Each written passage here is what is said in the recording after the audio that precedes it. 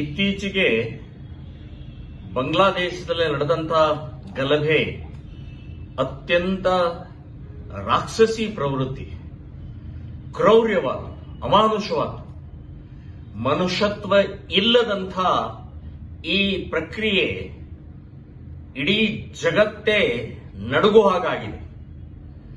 ಅದು ಕೂಡ ಹಿಂದೂಗಳ ಮೇಲೆ ಅಮಾನುಷವಾಗಿ ಏನೇನೂ ಸಂಬಂಧ ಇಲ್ಲದಂತ ಶಾಂತವಾಗಿ ತಮ್ಮ ಪಾಡಿಗೆ ತಾವು ಜೀವನ ಮಾಡ್ತಾ ಇರುವಂತ ಬಾಂಗ್ಲಾದೇಶದ ಹಿಂದೂಗಳ ಮೇಲೆ ಅತ್ಯಾಚಾರ ಮಾಡಿದ್ದು, ಕ್ರೌರ್ಯ ನಡೆಸಿದ್ದು ಖಂಡನೀಯವಾದ.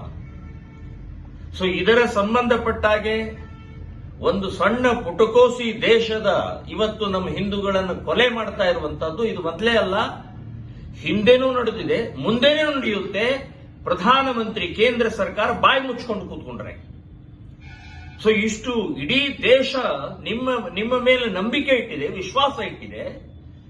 ಒಂದು ಪುಟಕೋಸಿ ನಮ್ಮಿಂದನೇ ಹುಟ್ಟಿದಂತ ಈ ದೇಶದ ಮೇಲೆ ಇವತ್ತು ಹಿಂದೂಗಳ ಮೇಲೆ ದೌರ್ಜನ್ಯ ನಡೀತಾ ಇರುವಂತಹದ್ದು, ನೀವು ಮೌನವಾಗಿರುವುದು ಅಸಹನೀಯವಾದ್ದು.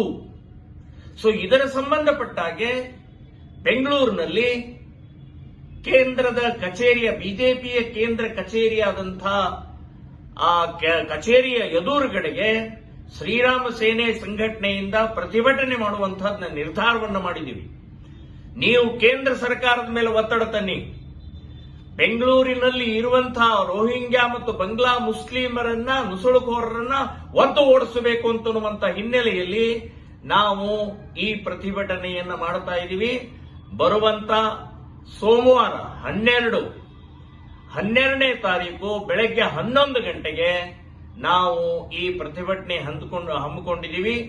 ಎಲ್ಲ ಹಿಂದೂಗಳು, ಎಲ್ಲಾ ಹಿಂದೂ ಸಂಘಟನೆಯರು ಎಲ್ಲರೂ ಕೂಡ ಈ ಸಮಯದಲ್ಲಿ ಭಾಗವಹಿಸಬೇಕು ಅಂತನ್ನುವಂತಹದ್ದು ನಾನು ವಿನಂತಿಯನ್ನು ಮಾಡಿಕೊಳ್ತಾ ಇದ್ದೀನಿ.